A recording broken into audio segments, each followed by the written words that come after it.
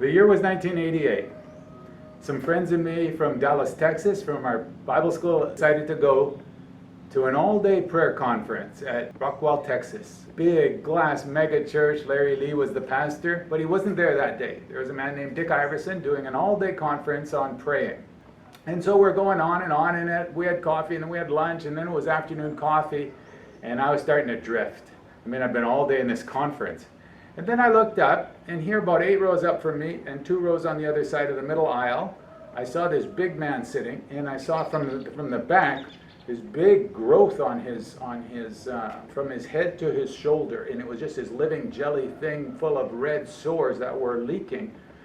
And I was kind of half asleep waiting. We were just about to break for afternoon coffee, and I was just shocked. My heart started to race, and I thought, oh my goodness, am I glad I'm not sitting behind that guy, because then I'd have to look at that thing. How could I even pay attention to the conference? And I thought, that's really not that nice of that guy to even sit there. Who would sit there with this big open wound in the middle, right near the front, in the middle of a conference on prayer like this? This isn't even a healing conference. I remember thinking all these things. And I kind of had to tear my eyes away. It was just so ugly, so I wouldn't even look there anymore, because it was just so vivid and runny, vivid sores. And finally, but I couldn't control myself. I had to look again and see how ugly it was. I looked back, there was nothing there, nothing. Now my heart really started to race. I thought, oh my goodness, what is going on? Meanwhile, the speaker's going on and on, blah, blah, blah, coffee in the back and this and that in the hallway. And everybody took off, including this guy. He comes walking past me. I'm just staring at him. He's about 60 years old, big guy. So I thought, well, I better go ask the speaker what to do, Dick Iverson.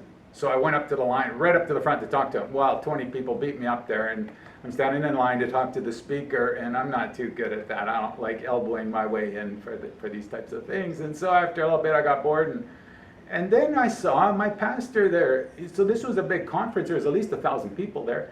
But here's the pastor of the little church I was attending across Dallas, Jim Pageant. We were doing a little vineyard church plant. He was leading it up. And so I went and I said, Jim, here's what happened. I don't know what to do. What do you think? He goes, well, who was it? I said, it was that big guy there. That big guy was back by now with his cup of coffee. He says, well, let's go talk to him. So me and Jim went over there. Jim's this big guy, too, taller, much taller than me, probably, I don't know, 6'4". Anyways, the two of us went over there, and we called him out. He was about 2 or 3 seats in. We called him out to the aisle. We said, could we talk to you for a minute? Okay. And so then we could see under his shirt, he had a button shirt. Under his shirt, there was some sores. And so he said, hey, Rick, tell him what you saw. So I said, I just saw this thing. I don't know what it was or what. And we were just wondering if we could pray with you. He said, no, you can't pray with me. I don't even know about that kind of stuff. He said, I'm just here learning about prayer.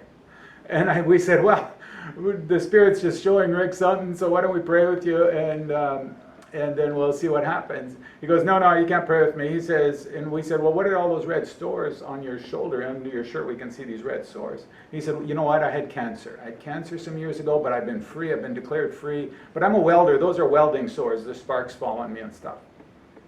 And so big Jim there, Jim Pageant, he was quite a bit taller. This other guy was big, but in a different way. Anyway, Jim just puts his arm and goes, we're going to pray for you anyway. So we prayed for him for healing. And then he was okay with it. It was all in this whole atmosphere of prayer. But anyway, so he went and sat down, and I went and sat down. I have pondered that thing for all these years since. That was 1988. Power encounters are just so helpful to planting churches, to getting people's attention, to breaking us out of the ordinary. And for me, they just don't happen that often. They don't happen often enough. That's my story for this week.